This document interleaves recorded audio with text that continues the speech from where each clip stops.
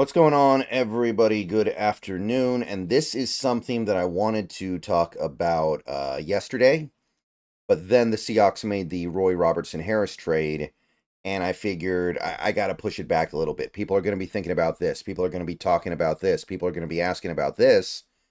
So I decided that I would hold off on this topic until, well, today, until now. But something kind of cool did happen with the Seahawks yesterday.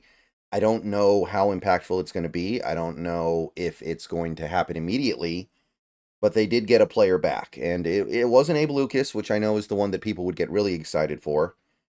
But we did get a player off the PUP list. It's Jerrick Reed. Jerrick Reed the second, actually. Safety that we drafted last draft, 2023, in the sixth round. He was clearly a guy that somebody in the scouting department felt very passionately about because he was not expected to get drafted by a vast majority of people. And not only did the Seahawks take him, they took him in the sixth round, which means they really valued him and didn't want to lose him. So he's back now. He, I believe, tore his, was it ACL? It was either ACL or Achilles last year after 10 games.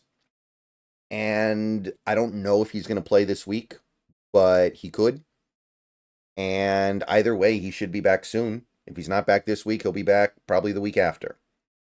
So that's the main news with this team in terms of injuries right now. We don't know a lot else. We do know that like Byron Murphy was on the practice field a little bit yesterday, but we don't know what his status is, and we won't know until tomorrow. So Jerrick Reed being back in theory is the main thing we have right now. McClendon Curtis is back on the practice squad, by the way, which I kind of expected to happen at the time. But let's talk a little bit about Jerrick Reed here, because there is an aspect of this team that maybe we could use him in. So Jerrick Reed, first of all, he's young, right? He's 24 years old. He is somebody who hasn't had an opportunity to really show what he can do in the NFL yet. But as you can see, he didn't have much of an impact at the NFL level on defense. He put up some numbers last year, 11 tackles, but mostly just special team stuff. He only played 29 snaps defensively. So where he ended up leaving an impact was special teams, where he played over half of the team snaps, which is a good amount for a player like him. He's not going to be on the, he's not going to be blocking for a field goal, right? He's a defensive back. He's not going to be out there lined up as a tight end trying to block for Myers' kick. So he's out there for a good number of special team snaps, and he was good at it. You go over to Pro Football Focus, you look at his gradings for special teams across the 10 games that he played last year. You can see that PFF gave him good marks, 76.4. And I believe at the time of his injury, he led the team in special teams tackles. 9 of his tackles came on special teams, according to Pro Football Focus. And I believe that led the team at the time. And there were many people who said that he had become our best special teamer. He had surpassed a guy like a Nick Bellore. He had surpassed some of the other top special teamers that we had in previous years.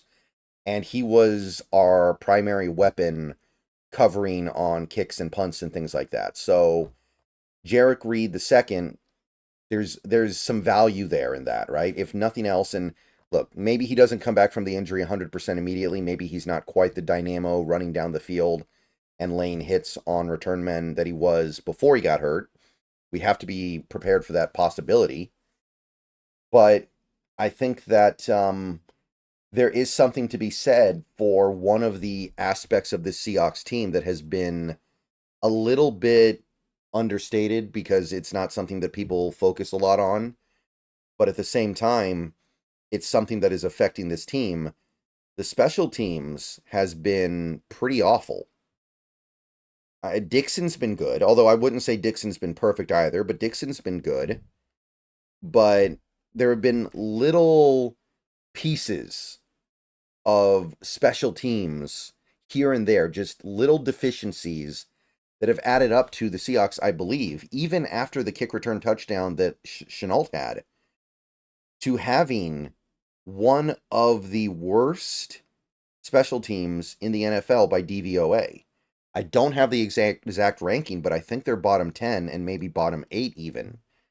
Maybe the kick return touchdown bailed them out a little bit, but even in that game, the return game's been awful. And I know Jerrick Reed's not going to return kicks or punts, but he might be blocking for them. Maybe he can add some value there. He'll probably be on kick return duty. He was last year for a lot of it, on top of punt return duty and kickoff coverage and punt return coverage. And that's an area of the team that people aren't talking about that much because it kind of goes under the radar until you give up a touchdown. I don't think our kickoff coverage in particular has been very good. Punt return coverage, I mean, you don't see very many punt returns in modern NFL anyway, but I feel like we're losing a few yards here and there on those plays pretty routinely. I feel like there's a deficiency there that people aren't talking about because of the other problems, but they maybe should be. Now, the blocked field goal against the Giants, that's the play that everyone remembers on special teams. Jerrick Reed's not going to help with that. There's not really anything Jerrick Reed can do about that. He's not even on the field for plays like that. And if he was, he wouldn't be helping. But I do think there's something to be said for trying to stem the tide of the little pieces of special team struggles that this team is having right now that is not helping them win. And these losses, I know that all 3 games were lost by multiple scores, but all 3 games were competitive. And who knows what ends up happening in any of those games if the special teams goes a little bit better. If we're able to edge out a few extra yards on kick coverage or kick returns or punt coverage, or maybe Shenault doesn't fumble if the kickoff return that he had was blocked up a little bit better. Maybe he doesn't get hit at that angle.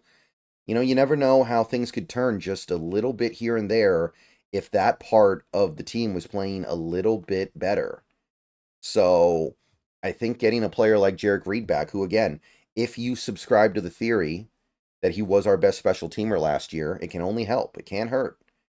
Now, I don't know if he's going to come back at 100%, like I said, but let's definitely give him the opportunity to do so. Let's give him the opportunity to come back, see what he has, and maybe we'll end up with a better special teams gunner by the time this is all over. And maybe if it doesn't happen immediately, it'll happen by the mid-season point. Maybe it'll happen by week 11 or 12. So welcome back, Jerrick Reed. There may come a time when he gets the opportunity to play safety. I mean, Lord knows Rayshon is not playing well. Let's be real here. Rayshon is really not playing well at the moment. But more than that, I'm looking at the potential of Jerrick Reed II contributing here. And there are contributions that can be made, and there are contributions that need to be made. So don't sleep on him. He may end up having an impact. All right. I'll see you guys later. Go Hawks. That's what's going on right now. That's the big injury news of the moment, but hopefully by tomorrow we get some bigger news.